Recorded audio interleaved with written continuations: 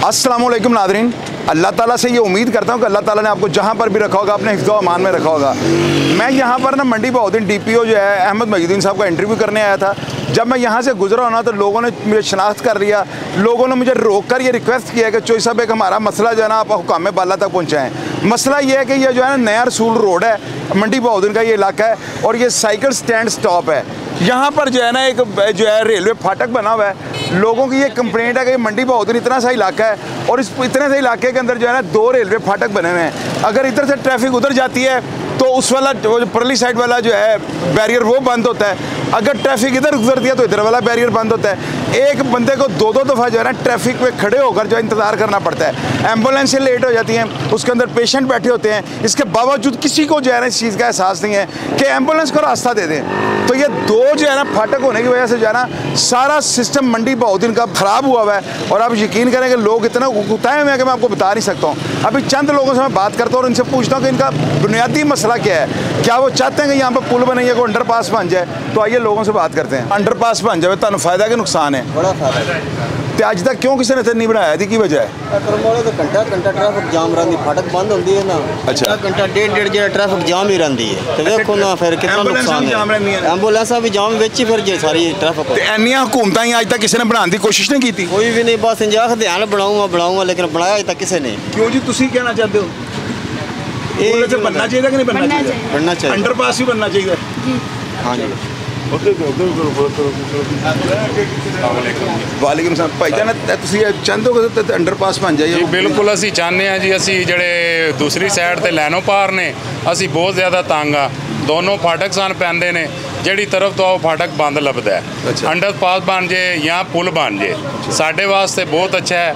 ਤੇ ਰਿਕੁਐਸਟ ਹੀ ਹੈ ਸਾਡੀ ਕਿ ਬਣਿਆ ਜਾਏ। ਚੌਕ ਦਾ ਕੀ ਨਾਂ ਹੈ? ਇਹਦਾ ਨਾਂ ਜੀ ਕਾਰ ਸਟੈਂਡ ਹੈ, ਰੇਲਵੇ ਇਤਫਾਕ ਕਾਰ ਸਟੈਂਡ ਹੈ ਤੇ ਫਾਟਕ ਹੀ ਗਿਣਿਆ ਜਾਂਦਾ ਨਜ਼ਦੀਕ। ਤੁਸੀਂ ਕੀ ਚਾਹੁੰਦੇ ਹੋ ਇੱਥੇ बनना चाहिए पुल? जी पुल बनना चाहिए। बड़ी जलील खुआरी बनी है। जिस टाइम गर्मी बच्चे इतने जलील होंगे ने मोटरसाइकिलों से फाटक बंद हो जाती है तो बड़ा मसला बनया हुआ है। बच्चियां भी जलील होंगी? बच्चियां भी जलील होंगी ने सर जी को नहीं मिलता, बहुत परेशानी। ਤੁਸੀਂ ਚਾਹੁੰਦੇ ਹੋ?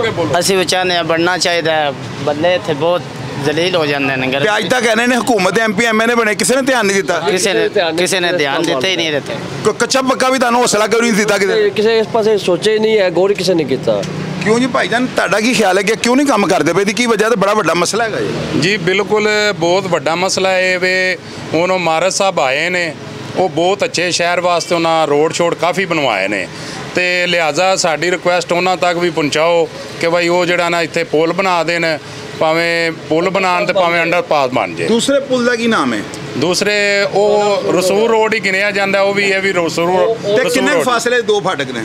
ਇਹ ਕਿਲੋਮੀਟਰ ਨਹੀਂ ਬਣਦਾ। किलो तो ज्यादा बना 1.5 किलोमीटर। 1.5 ਕਿਲੋਮੀਟਰ ਤੇ 2 ਫਾਟਕ? ਜੀ 2 ਫਾਟਕ। 1 ਕਿਲੋਮੀਟਰ ਤੇ 2 नहीं सर 1.5 बनता है। ਉਹ ਚਲੋ ਤੇ ਪਹਿਲੇ ਉਧਰ ਟ੍ਰੈਫਿਕ ਬਲਾਕ ਤੇ ਫਿਰ ਇੱਧਰ ਟ੍ਰੈਫਿਕ ਬਿਲਕੁਲ ਇਸ ਬਲਾਕ, ਤਰ੍ਹਾਂ। ਯਾਨੀ ਕਿ 1 ਕਿਲੋਮੀਟਰ ਚ 2 ਫਾਟਕ? ਜੀ ਬਿਲकुल।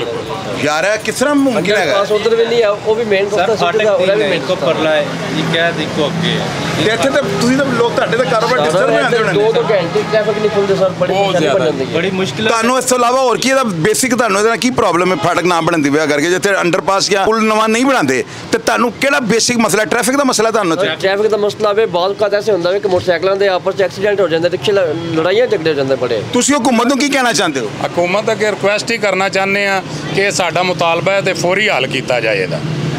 लेकिन नाज़रीन, मैंने यहाँ पे मुकामी जो लोग हैं ये सब इनकी दुकानें, ये स्टैंड के लोग हैं। मैंने यहाँ पे मैं वो लोगों की तरह नहीं कि लोगों को बुला के उनको पढ़े पढ़ाए बयान जो उनसे दिलवा दूँ। ये लोगों को जो है ना यकीन करें कि मुझे रोक कर इन लोगों ने रिक्वेस्ट किया है कि शाहिद चोई साहब अगर आप हमारे ज़िले में आए हैं ना तो हमारा छोटा सा मसला जो है ना ये हुकाम बाला तक पहुँचा दे। तो मेरा काम यही होता है। ये चूँकि इनका बहुत बड़ा मसला बन चुका हुआ है। लोग ये बताते हैं कि 1 किलोमीटर के अंदर 2 जो है वो फाटक बने हुए हैं। पहले उधर जाकर रुकना पड़ता है, उधर से अभी ट्रैफिक खुलती है, जब इधर आता है तो इधर वाला जो है वो बंद होता है।